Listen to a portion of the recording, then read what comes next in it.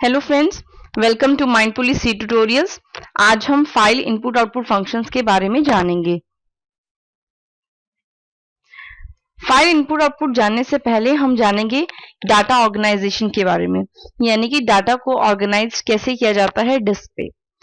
Data organization, data is organized on the disk. जो भी data हम फाइल्स में एंटर करते हैं उसे ऑर्गेनाइज किया जाता है डिस्क पे। All data stored on the disk in the binary form. जो भी डाटा डिस्क पे स्टोर होता है वो बाइनरी फॉर्म में होता है, यानी कि in the form of 0 and 1। How this binary data is stored on the disk varies from one operating system to another. यानी कि हर ऑपरेटिंग सिस्टम का अपना अपना अलग स्ट्रक्चर होता है कि वो किस तरह से डाटा को ऑर्गेनाइज करता है या डाटा को किस तरह से मेमोरी में स्टोर करता है। However, this does not affect the programmer since he has to use only the library functions written for the particular operating system to be able to perform input and output। यानी कि operating system किस तरह से disc पे data को organise करता है या स्टोर करता है, इसका सी प्रोग्रामर से कोई लेना देना नहीं होता। सी के प्रोग्रामर को सिंपली जो है लाइब्रेरी फंक्शंस का यूज करना है for input output operations. It is the compiler vendor's responsibility to correctly implement these library functions by taking the help of operating system. This is illustrated in figure। यानी कि ये compiler vendors की responsibility होती है कि वो correctly library functions को operating system की help से जो है वो implement करे और उसे जो C programmer है वो आसानी से use कर सके। अब हम इस data organization को एक figure के थ्रू समझेंगे। सबसे पहले हमने एक प्रोग्राम राइट किया और उस प्रोग्राम में हमने जो भी सी से रिलेटेड लाइब्रेरी फंक्शंस हैं वो हम इजीली यूज कर लेंगे। ऑपरेटिंग सिस्टम क्या ही रिस्पॉन्सिबिलिटी होती है कि वो लाइब्रेरी फंक्शंस को हमारे प्रोग्राम में इंप्लीमेंट करे, यानी कि हमें अवेलेबल कराए। फिर ऑपरेटिंग सिस्टम जो प्रोग्राम हम लिखते हैं वो ऑपरेटिंग सिस्टम की हेल्प से ही डिस्क में स्टोर हो जाता है, यानी कि ऑर्गेनाइज्ड हो जाता है।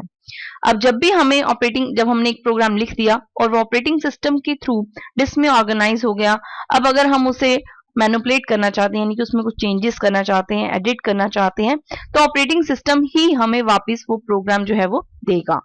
यानी कि हमें ऑपरेटिंग सिस्टम से कोई लेना देना नहीं है कि वो किस तरह से उस डाटा को ऑर्गेनाइज करता है या स्टोर करता है। जब हम एक फाइल क्रिएट करते हैं तो फाइल के साथ हम बहुत से ऑपरेशन करते हैं, यानी कि हम फाइल के साथ कौन कौन से ऑपरेशन कर सकते हैं वो है क्रिएशन ऑफ ए फाइल, यानी कि एक न्यू फाइल को क्रिएट करना, ओपनिंग एन एग्जिस्टिंग फाइल को ओपन करना, रीडिंग फ्रॉम अ फाइल को रीड करना, राइटिंग टू अ फाइल में कुछ अपेंड करना यानी कुछ राइट करना, moving to a specific location in a file, अगर कोई फाइल पहले से एग्जिस्ट करती है तो उसके किसी स्पेसिफिक लोकेशन पर जाना, क्लोजिंग अ फाइल और फाइल को क्लोज करना।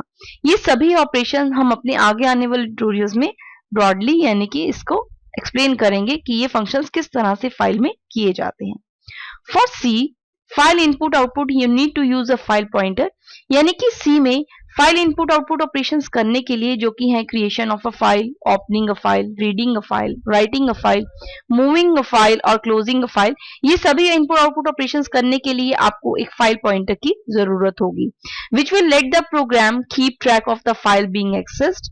वो प्रोग्रामर यानी कि वो फाइल पॉइंटर ही कि वो फाइल जो है ऑपरेटिंग सिस्टम ने कहाँ पे ऑर्गेनाइज की है, यानी कि किस मेमोरी एड्रेस पे है, वो उस फाइल पॉइंटर से ही पता चलेगा, यानी कि वो फाइल पॉइंटर उस मेमोरी एड्रेस को रीड करेगा।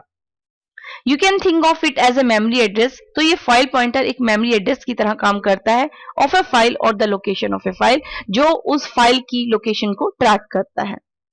फॉर एग्जाम्पल कि अगर हमने एक फाइल पॉइंटर क्रिएट करें तो हम किस तरह से करेंगे, फाइल एक पॉइंटर बनाएंगे एफपी टाइप का जो उस फाइल को पॉइंट करेगा। तो ये थे हमारे बहुत से फाइल इनपुट आउटपुट ऑपरेशन।